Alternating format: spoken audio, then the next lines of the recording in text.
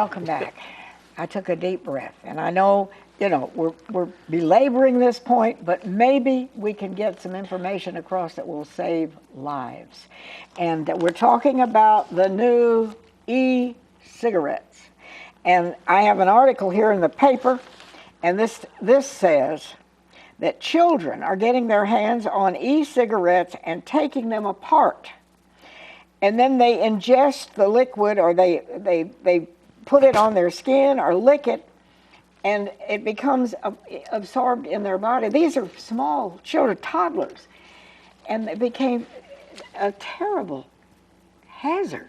My guests, of course, Meryl, McMahon, and Terry Taylor, and you do a great deal of good. What you're trying to promote, a smoke-free world, which will never happen, but at least we can maybe help save some lives. And Meryl, you had some information to share. I do. I am. My mind goes to research, and I have to have all of the information before I can really move forward with this. But I did find one particular website that is one of the top websites that sells the vaping juice that goes into these cartridges. When I looked at their flavors, I sorted it by their best selling, top selling down to the least popular. The very top selling is Skittles.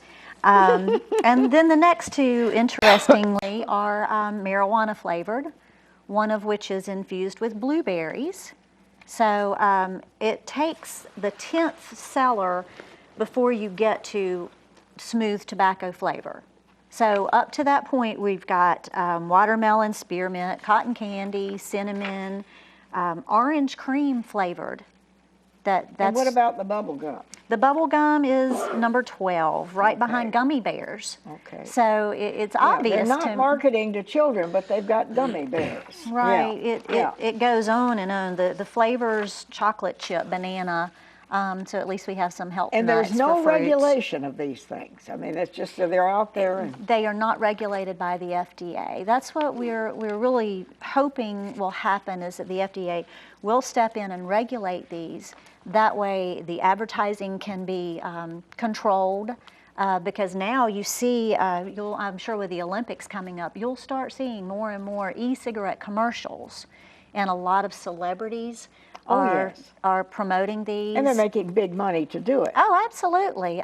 Terry sent me an article. I did not watch the Golden Globe Awards, but apparently two very well-known celebrities were right there on TV vaping away, and it's they are adults. They are perfect. They are a legal product for adults. But when you have children and adolescents watching these celebrities, they're their heroes. And if Leonardo DiCaprio is vaping, who is that going to influence? And that's where you want the visuals, the adolescents, to not see that, because you don't want them to think it's cool. Absolutely. They probably, a lot of the celebrities probably got endorsements for they get being paid seen. for doing that. Sure. Oh, so, yeah. but these, I think the last time I was on, I talked about that as much research as I do, I could go to all of the university research facilities and find out everything I need to know, but the shortcut is to go to the actual tobacco companies, because they have the best researchers on staff that you'll ever need to know how to addict people to the nicotine. And so when I was looking at these flavors, we were discussing this in the office. Why do children prefer? Is there a science behind the preference? All kids love sweets. Well, there is. The University of Michigan has released a study that measures the sweet preference, the taste of sweets, as it correlates to growth. And children, they did a study, and the children who had the highest taste for sweets were also the ones that were growing the fastest, based on measuring some hormones as they did. So there is a reason, there's a biology, and when those children slowed growth, their taste for sweets decreased. That's the difference why adolescents have a higher preference, according to this study, than adults. So the tobacco companies know this. That's why they put They're the very flavors clever. in. Oh, very Very clever. clever. Yeah, Yeah. very smart. Yeah. Now, Terry, I know that you had something else you wanted to bring into this conversation. Just a couple of things. First of all, there are not very many regulations addressing this. There was a debate about, are these tobacco products or are they delivery devices for drugs? Well, that brings the question, you can put a drug in these capsules and breathe that, inhale that, and Along with possibly, the others, well, you can Instead get an empty of. one and like replace it. an empty one, okay. And replace it with, you can liquefy any drug, say marijuana, cocaine, spice, K2, any of those drugs that they're illegal drugs. But if you see someone sitting next to you vaping, as they call it, you don't know what they're vaping. It could be a legal product or it could be something. So in other words, they would empty out the bubble gum or the watermelon flavor or whatever, Well, they would probably use it up. and then they'd fill it with another substance. They could use any substance to get in their system, and that is a problem. A second point is the tobacco producers are going to make the device, but there are a lot of small operations that are making these replacement vials, making the liquids. That is going to be so many small places that these things are produced. I don't know how the FDA can get around to regulating all that. Say a two-person operation could produce thousands of these and sell them on the internet, sell them on the street. And they're relatively easy to make. The juice has, So what you're saying, you brought all this, and also the guideline of what is dangerous, and they tell on this paper that he has, no pregnant woman should have these, Right.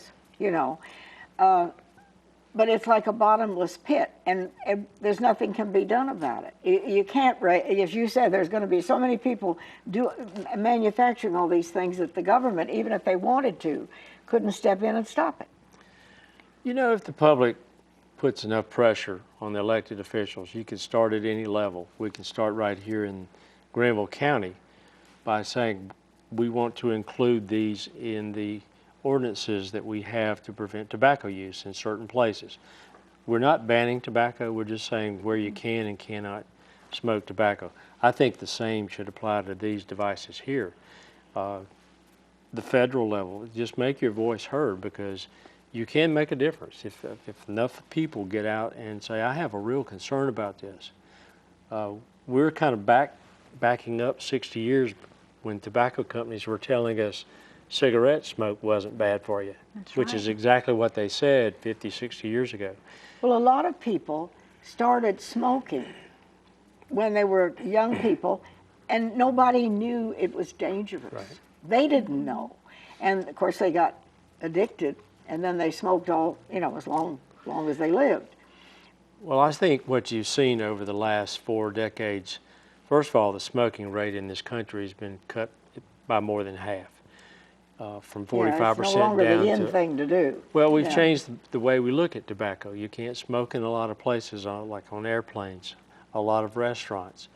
It's not as cool because people realize, they see what it's done to people years and years later. And I think we've changed the way the public looks at tobacco.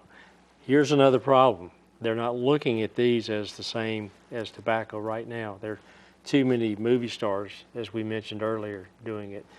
One of the products is manufactured by a company named Blue, BLU, and when the end of their cigarette glows, it's actually a blue light. So that's a coolness factor. And I think we've got a real challenge on our hands addressing the fact that we're going to see a lot of people embracing this because Especially, it's new. Kids.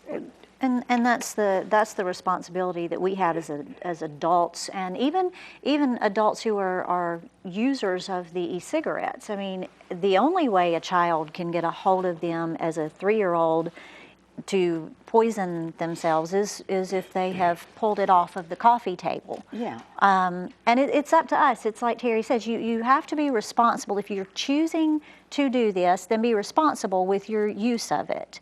We want to keep it away from adolescents. I was in a store that sold these not too long ago, and as a customer, and another customer and her daughter walked up to the counter, and the woman said, "Tell me about these e-cigarettes." And the first thing the proprietor said was, "Are you currently a tobacco user?" And she said, "No." And she said, "Then I don't want to sell this to you." Oh, And I thought that was a very responsible response. She understood that it is still nicotine. Nicotine is addictive. To get started on something you've never done before because it looks cool is pretty irresponsible. So that's where we have to just put the information out there, educate as to what these are, because there's not a lot of research. We know that there are carcinogens in cigarettes that will cause cancers. We know that there are traces of these same carcinogens in the e-cigarettes, but there's just not enough people have been research. sold a bill of goods that this is safe, and it isn't. Right. Not necessarily. And that's no. what you want to get across to people. If they're going to think about it, and if you've never smoked, for heaven's sakes, don't start with these things, because it'll lead you right down the same path. It will. Especially if you're a young person, you're going to start that addiction to nicotine. And sometime you may not be able to have one of these, so what are you going to do? So these have nicotine just like a cigarette. And sometimes more so. We're kidding ourselves. I thank both of you for giving us your time and your knowledge. And we hope that this has helped. And if you're a parent out there, be vigilant, because that's what it takes. And I'll have the phone number and the website here if you didn't get it and you want it. And wherever you are, we wish you health. Put the cigarettes away. We'll see you next time.